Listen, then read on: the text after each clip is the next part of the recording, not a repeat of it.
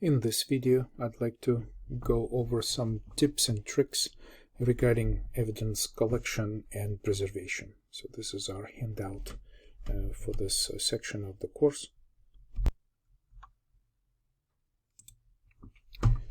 And in our previous discussion, we talked about authorization and preparation for digital evidence collection. Then we said that it's important to be able to identify successfully the evidence at the scene. And then as you begin to collect or seize the evidence, the preservation cycle begins. And this is part of the conversation that we're going to have today. And of course, this also starts the chain of custody and other type of documentation that you'd like to keep with the association of the evidence that you are going to collect. Of course, that followed by the examination, analysis, reconstruction of timeline of events, reporting your findings, expert witness testimony, and so forth.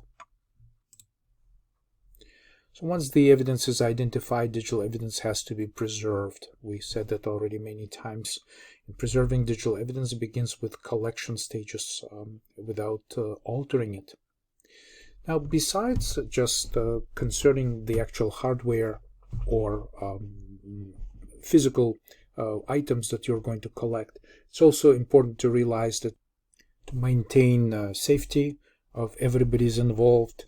And also you want to isolate people that could be present at the location from the actual evidence. For instance, if this is a residential house, you'd like to ask the residents or tenants of the apartment or house to stay in the kitchen area, as an example, until the collection proceedings are complete. So there could also be made some mistakes in the process.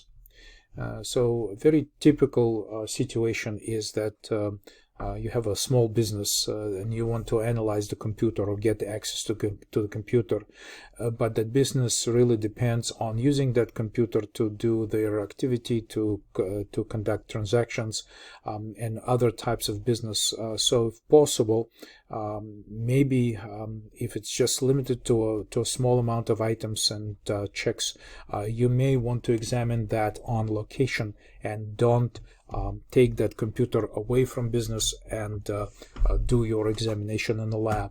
And the reason for that is that if they incur some losses, they may be suing you and asking to pay the compensation for business lost. Another situation is that in a big organization on the web server, there could be thousands of transactions conducted per minute.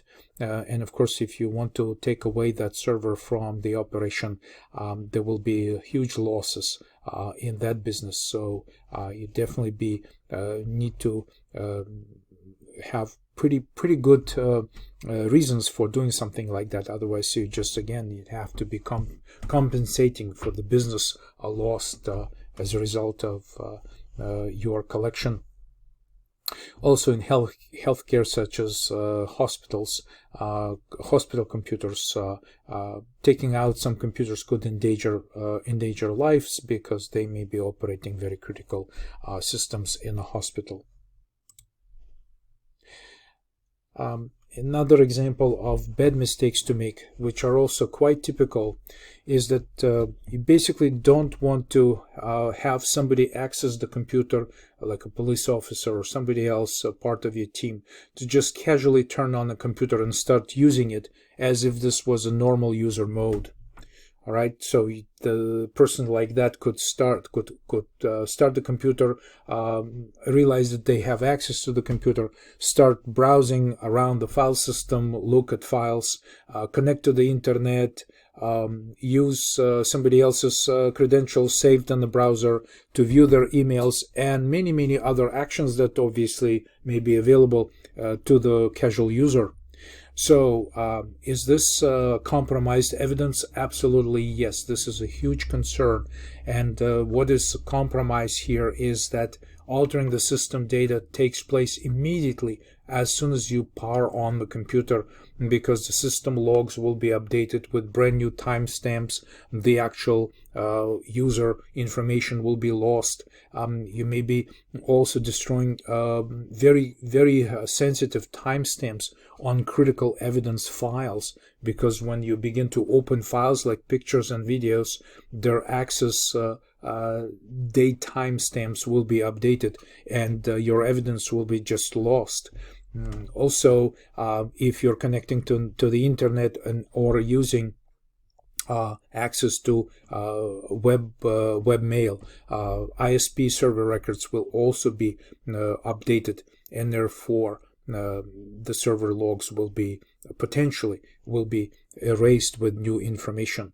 So all of this is very typical situation and typical mistakes that should be always avoided. So you need to really have everyone updated on the standard policies and procedures during the seizure of the evidence.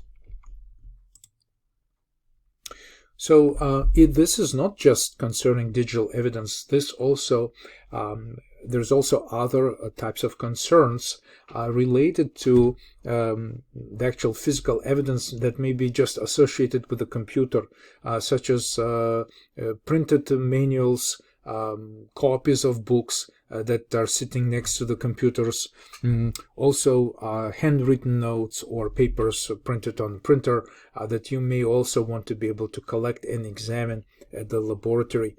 So the evidence tape that you use to protect your evidence should be marked by date and time and investigator initials, and also need to be written on every piece of evidence as well as on the evidence tape.